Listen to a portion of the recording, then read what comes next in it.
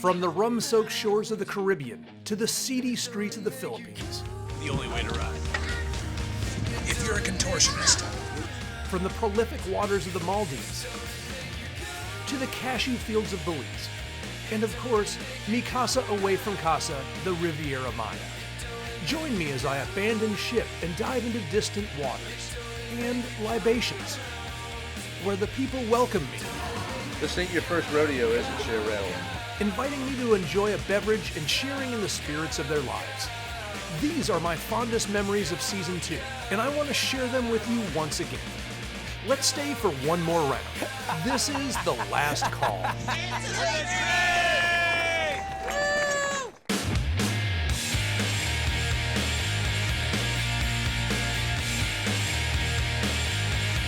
My name is Nick Lucy. I'm a diver, and I travel the globe in search of marine encounters, adventure, and a cold beverage. Join me as we go into the drink.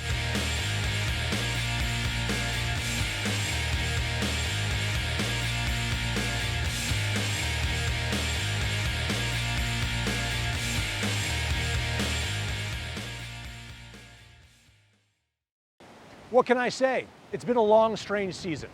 I'm a little older now and a little wiser. I've got a lot of miles under my belt. And speaking of belt, lost a little weight, put on some hair, and gotten a little bit grayer. So without further ado, I want to share with you some of the most memorable experiences from Season 2. We've gone into the drink. Now, when I roll up on location in a tropical setting, it's not uncommon for me to go out and look for a little monkey business. This is the best place to see the monkeys in action. This is definitely the best place to see the monkeys in action. So the story goes, Tobias, that it all started with two. It all started with two. Adam and Eve. Chippy and her boyfriend Snuggles.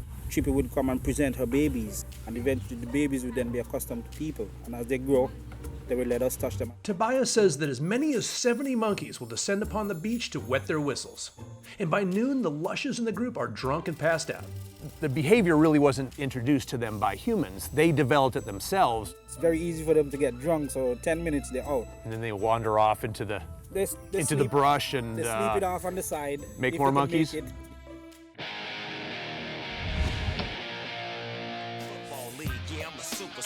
The best dive resort in Hawaii. And it just happens to float. A crew of 6 takes care of a maximum of 14 passengers, cooking their meals, cleaning their cabins, supervising their dives, maintaining the boat, everything. And these 6 crew members do it happily with a smile on their face.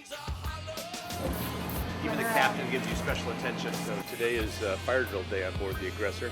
I'm glad to see that you take safety very seriously on this boat. We take safety very seriously. I'll sleep safer at night knowing that. That's our goal. I'll also sleep sounder. How do you do man overboard? That one's easy.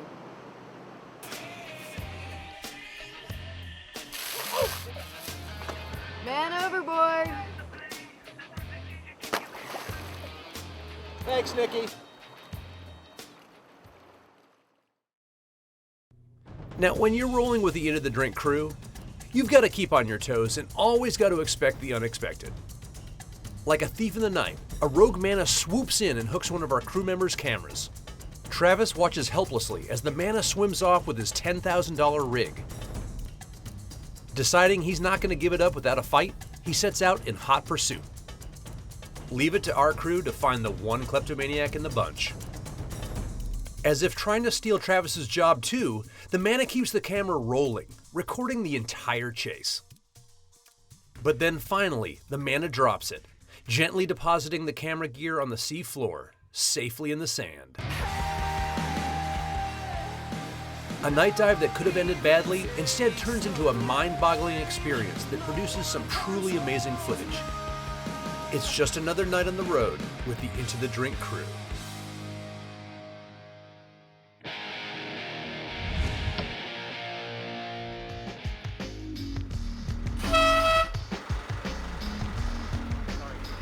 Pimp my jeepney. I've driven quite a few different vehicles in my day, from Chevy Chevettes to Humvees in the Marine Corps. But I have to say, I was perhaps most stoked about driving a jeepney, the universal default method for getting around in the Philippines. Jeepneys are made over from leftover Jeeps that were left here by the Americans during World War II. They take the front end of the Jeep and they build this chassis on top of it, making this big caravan. This is the method of transportation in the Philippines. Everybody rides in a jeepney. This ain't no short bus. This is a Filipino transportation phenomenon. So you have to keep your foot on the brake when I get in, right? Yeah. Because otherwise we would roll down the hill and die. Okay. Good break. Fun. Are you insured?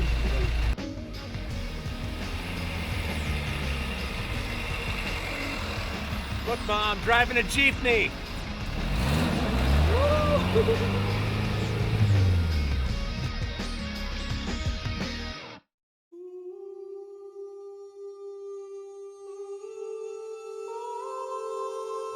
The first dive of the trip. It's always a dramatic, emblematic, symbolic event. Because as they say, you only have one opportunity to make a first impression. It's a time to see things in a new light. To let the salt water become a filter by which you can view a new world. It's a time to grow some gills and get your sea legs back. After all, we are born of water, made of water. And sooner or later, we must return to the water, to be baptized all over again, to be healed, to help us put the world above in context, to make us realize why we dive, to exist in this better place, to find ourselves, and to lose ourselves. We do all these things because we can. Because we have the power to depart our fabricated world above. For the water lovers, our aquatic daydreams are launched into outer space with all the promise that so much water and so little land brings.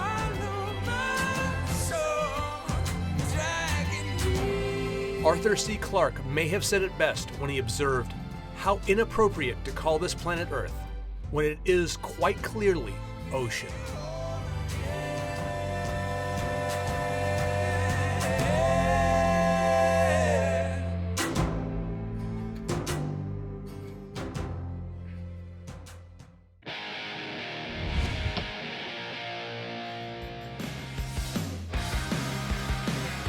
The world moves at breakneck speed, and sometimes you have to slow down and smell the roses, and taste the wine. What I find really interesting is you smell it and you think it's going to be a really scary drink. And you taste it and it's just sweet and smooth. Yeah. It's totally deceiving. For most locals, I mean, if you'd offer them a bottle of, let's say, a high-class wine, a dinner wine, they would put that down and go for a casual wine. Once incredulous, I now see that this nutty booze is secretly ingrained into the culture of Belize. As they say, when in Rome, do as the Romans do. It's important for any business to know its customer, and I've got to tell you, they've made a new one out of me. Belize straddles the Western Hemisphere's most megalithic barrier reef. I didn't just come here for the sightseeing. I came here to get wet. There's an assumption that the world is becoming a little more run down, a little more polluted, a little less pristine. The reefs in nearly any given dive destination seem less alive than in years past. But judging by the coral heads in the Holchan Marine Reserve, they're obviously doing something right. It's a place where the marine life isn't even remotely afraid of you. In fact, it'll get right up in your grip. There are several cuts in the reef here, meaning bigger critters from deeper water can move freely into and out of the shallows.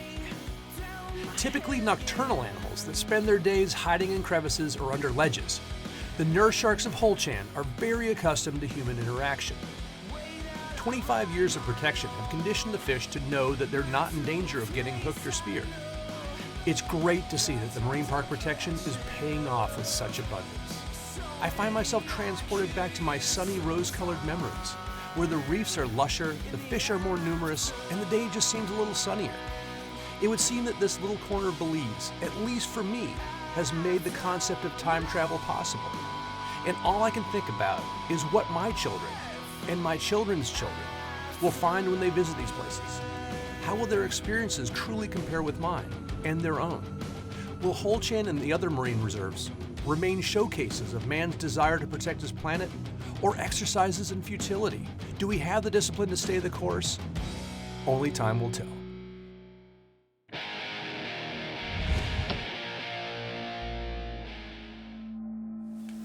Hey, what time is it? Hiking time! Yeah, man. This hike is no joke.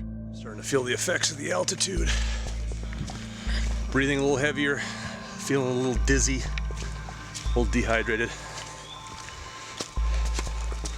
Definitely isn't for the faint of heart. A labyrinth of switchbacks and crevices lead me through the Valley of Desolation to the Holy Grail, the boiling lake.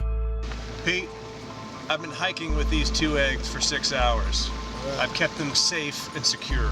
So what do you want to do with these eggs? I want to boil them and I want to eat some lunch. Johnny, we'll need your sock, buddy. I already lost my shorts. So you lost your shorts? I already lost my shorts, and now you lost want my, them. And now you want my sock. Yeah, just give me your sock, man. All right, I'll take one for the team, but only one. So what do you boil up? Is it 2 of them? You sure you want this? We're not talking about fine dining here, folks. This is 2 steps below prison chow. Hey, Pete. Yeah? This definitely socks. Look at this. Respect to Dominica. Respect to Dominica. Yeah. I'll eat to that. Cheers. The sweetest libations are ones enjoyed after strenuous activity, and this Dominica local brew is well-deserved. Ah, Kabuli. Oh yeah, man. This is very good, man. Oh yeah, man. Best in the world. Yeah, I feel like this man makes you fly, stuff. man. You know, Like this makes you fly. you know what I like about Kabuli? Yeah. When you drink too many, they got a map of Dominica on it so you can find your way back to your hotel. Here's to respect.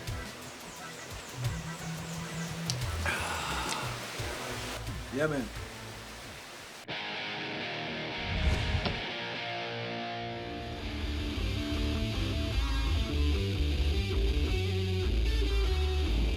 We're driving the 4 or 5 miles down a dirt road to the cenote called Labnaha.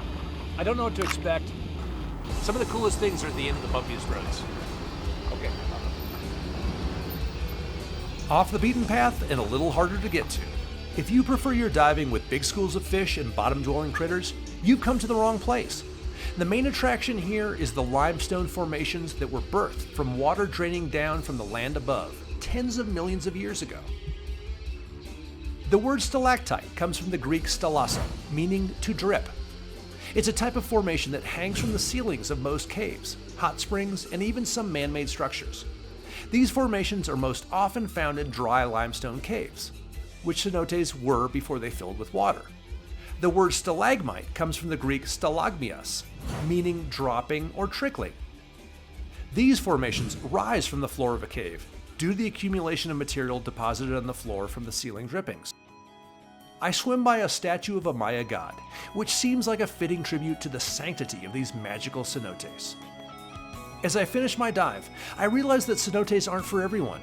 They're an acquired taste. But they're one of the many reasons that I and millions of others dive, to explore a world where most souls will never dream of seeing.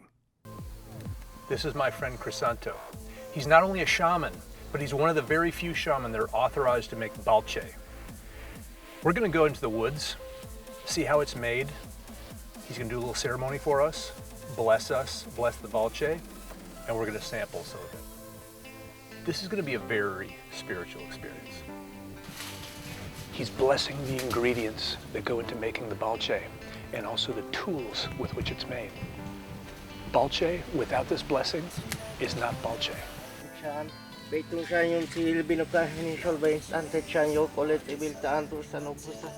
He gazes into a ball of resin and seems to look back into time to seek advice from his ancestors. And they seem to respond as the powder vaporizes in the fire. So he prays for all of us and for this sacred place that is called Root of Light. Is there a cheers that we say? No, there is no cheers. No cheers. Was that was the cheers. Yeah. That was the longest cheers that I've ever heard anyone say before. It feels very earthy when it goes down. The pervasive flavor is the honey. I may have been raised Catholic, but I definitely feel like I was somehow connected with the ancient Maya gods in a divine way. Thank you so much. Yumbotic. This is one I learned happy that. hour Gracias. I will never forget. De nada.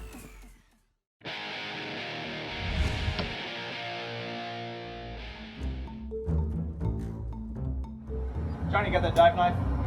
Yep. This is not a dive knife, sir. This is a dive tool. You are a dive tool, my friend. That is another story for another day. Hey, I think we've got a mission to put this to good use. Randy said he saw a fish trap on the starboard side of the wreck. Yeah. And apparently there's a couple of nurse sharks inside it.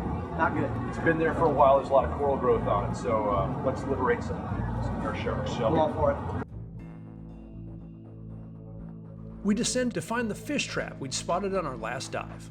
It becomes clear to us that they swam into it when they were much younger and smaller, and basically grew up inside the trap. That's no way for a shark to live its life. It's just gotta be free.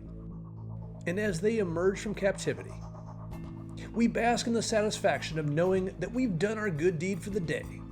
Mission accomplished. Moments like that, you know, the whole reason we started diving. You know, it's just common sense. You know, you see a trap like that, 22 miles from shore.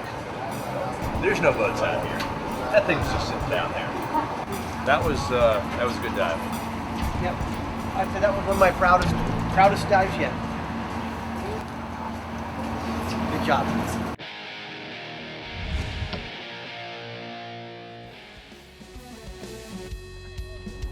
I've been waiting my entire diving career for this. 24 years of diving. I have never been in the water with a whale shark. I feel jinxed. My luck's about to change. I feel it. Push up! Push up! It gives you a giddy feeling to be swimming alongside one of these giants. You need to keep reminding yourself that this, in fact, is not a whale, but a shark. Despite their ginormous size, it's ironic how relatively little is known about these creatures. Here's what we do know. They're big, very big. In fact, they're not a whale, but the world's largest fish. The biggest specimen ever recorded was 42 feet long, 23 feet wide, and 24 tons. Their mouths can span up to 5 feet in width and contain 10 filters and between 300 and 350 rows of tiny teeth. Despite their size, whale sharks don't pose a threat to humans. Ironically, these gentle giants are targeted by commercial fisheries in some parts of the world. Their populations are unknown, and the species is considered vulnerable by the International Union for Conservation of Nature.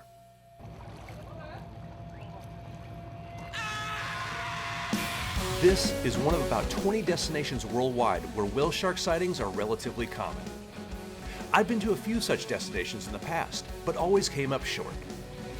My diligence had finally paid off. I was swimming with a whale shark, and I was having the time of my life.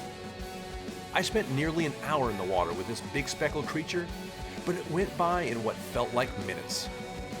It is true, good things come to those who wait.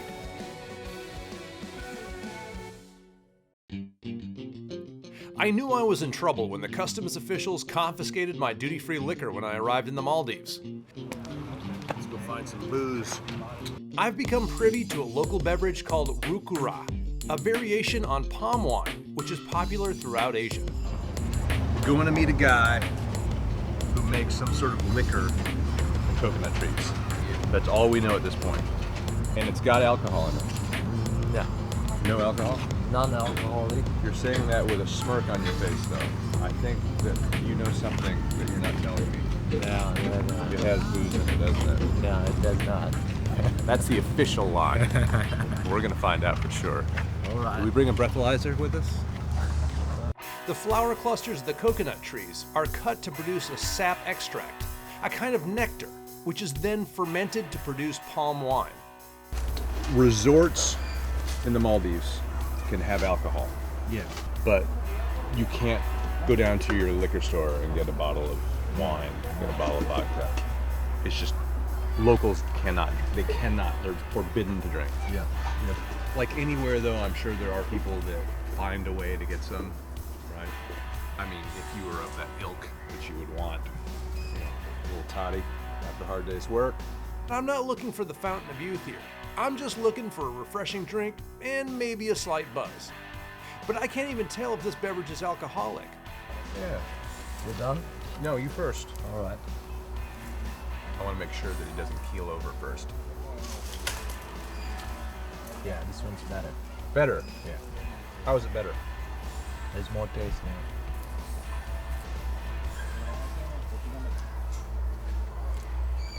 Tastes like sweat. That's not.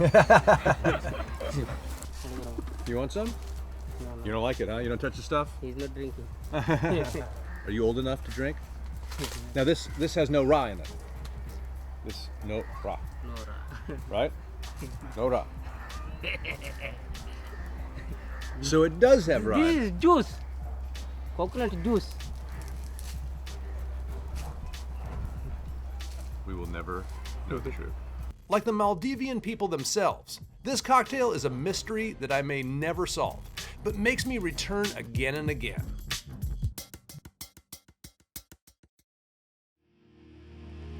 As you can see, I had some fun going into the drink in season 2 in destinations around the globe.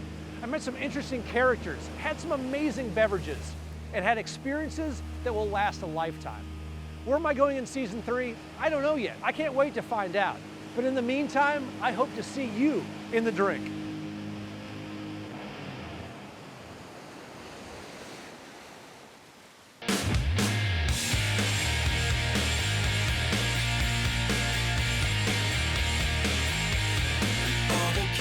The one that I ate had poop on it, and it got on my hand.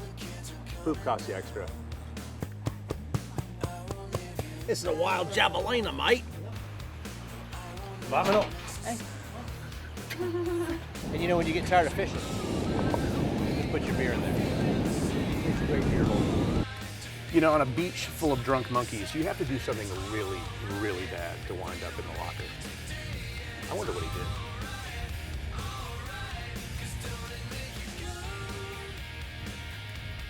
Get some. Get some, Oliver. Was he spanking his monkey?